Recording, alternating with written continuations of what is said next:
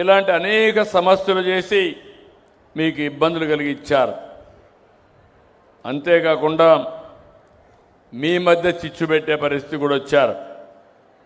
అందుకే ఈరోజు నేను ఒకటే ఆలోచించాను. ఇంత మునుపు కూడా నేను మొట్టమొదటిసారిగా 94లో రెవెన్యూ మంత్రి అయ్యాను, ఫైనాన్స్ మినిస్టర్గా పనిచేశాను, రెవెన్యూ సమస్యలు తెలిసిన వ్యక్తిని. ఇంకో పక్క మీరు ఒకసారి ఆలోచిస్తే ఆంధ్రప్రదేశ్ రాష్ట్రంలో రెవెన్యూ సమస్యలు తక్కువగా ఉంటాయి. దానికి కారణం బ్రిటిష్ వారి పరిపాలన. ఆ రోజు బ్రిటిష్ వారి పాలనలో మీరు చూస్తే ఎక్కడికక్కడ విలేజ్ కరణం పెట్టేవాళ్ళు, మున్సిపల్ని పెట్టేవాళ్ళు, రెవెన్యూ కలెక్ట్ చేసేవాళ్ళు, అదే మరి ఎప్పటికప్పుడు జమాబందీ నిర్వహించేవాళ్ళు. అంటే ప్రతి ఒక్క సంవత్సరం అకౌంట్స్ అన్నీ ఫైనలైజ్ చేసి తద్వారా మీ భూమి మళ్ళా ఒకసారి రెన్యూ చేసి మీ దగ్గర భూమి శిస్తు వసూలు చేసేవాళ్ళు. అందువల్ల రికార్డులు ఎక్కడా తేడా ఉండేది కాదు. అదే నేను హైదరాబాద్ చూశాను. 9.5 సంవత్సరాలు ముఖ్యమంత్రిగా ఉన్నాను. వివాదాలు ఎక్కువ ఉండేటివి. దానికి కారణం నిజాం పాలన. అక్కడ నిజాం ఏం చేసేవాడంటే ఒకే భూమికి 10 మందికి పట్టాలు ఇచ్చేవాడు. ఆ 10 మంది ఆ భూమి చుట్టూరు తిరుగుతూ ఉండేవాళ్ళు. ఓసారి ప్రభుత్వ భూమిని కూడా మాదని వాళ్ళు కబ్జా చేసేదానికి వస్తే నేను చాలా దిక్కడ బోర్డులు పెట్టి ఆ భూమిని కాపాడిన రోజులు. అలాంటిది నాకు ఎప్పుడూ ఈ సమస్య కనపడలేదు. 2024 నేను ముఖ్యమంత్రి అయిన తర్వాత ప్రతిపక్షంలో ఉన్నప్పుడు కూడా చూశాను. మీరందరూ గుర్తుపెట్టుకోవాలి, ఒక దుర్మార్గమైన పాలన వస్తే విధ్వంసం చేయడమే కాకుండా మీ జీవితాల్లో ఏ విధంగా సమస్యలు సృష్టిస్తారో ప్రతి ఒక్కరూ గుర్తుపెట్టుకోవాల్సిన అవసరం ఉంది. ఆ రోజు వీళ్ళు చేసిన పని ఎవరికి ఎలాంటి ఆలోచన రాలేదు.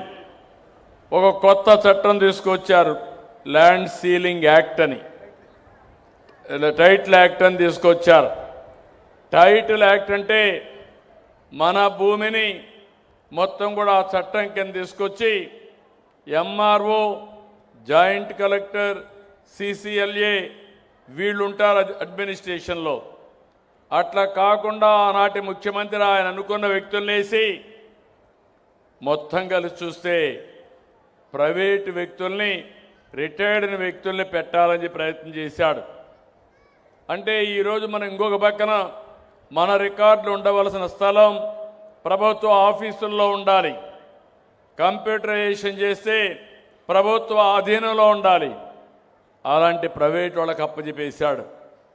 నేను ఆ రోజు చెప్పాను, వినలేదు. అందుకే మీరందరూ గుర్తుపెట్టుకోవాల్సిన ఎన్నికల ముందు నేను ఆ రోజు ల్యాండ్ టైటిలింగ్ యాక్ట్ రద్దు చేస్తానని చెప్పడమే కాకుండా తగలబెట్టాను, పబ్లిక్ మీటింగులో తగలబెట్టాను. వచ్చిన వెంటనే రద్దు చేశాను. మీ భూమి మీ పెద్దలు మీకు ఇచ్చారు, మీ కష్టార్జితం సంపాదించుకున్నారు. మీ భూమి మీద ఫోటో వచ్చి ఎవరు ఫోటో వేశారు? జ్ఞాపకం ఉందా? ఎవరు ఫోటో వేశారన్నాను? సైకో ఫోటో వేసుకున్నారా లేదా? అంటే భూమి మీది ఫోటో అయింది.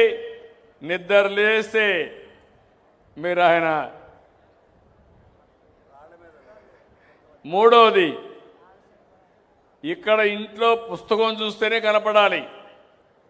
ఇంకో పక్క మీ పొలం తిరిగిపోతే కూడా మిమ్మల్ని వదిలిపెట్టలా. మీ ఎంటబడ్డాడు భూతం మారిగా. పొలం దగ్గరికి పోతే మామూలు రాళ్ళు కాదు, మోస్ట్ కాస్ట్లీయెస్ట్ ల్యాండ్ అవి. ఎక్కడంటే గెలాక్సీ గ్రనైట్, అది ఒంగోలులో దొరుకుతుంది. అలాంటి గెలాక్సీ గ్రనైట్ 800 కోట్ల రూపాయలు ఖర్చు పెట్టి సర్వే రాళ్లు తయారు చేసి దానిపైన ఆయన బొమ్మ చెక్కుని మీ పొలంలో కూడా మిమ్మల్ని వదిలిపెట్టలా. అంటే ఏం చెప్పాలో నాకైతే అర్థం కాదు. ఈ పిచ్చితనానికి ట్రీట్మెంట్ ఎక్కడుందో నాకు తెలియదు. అడ్రస్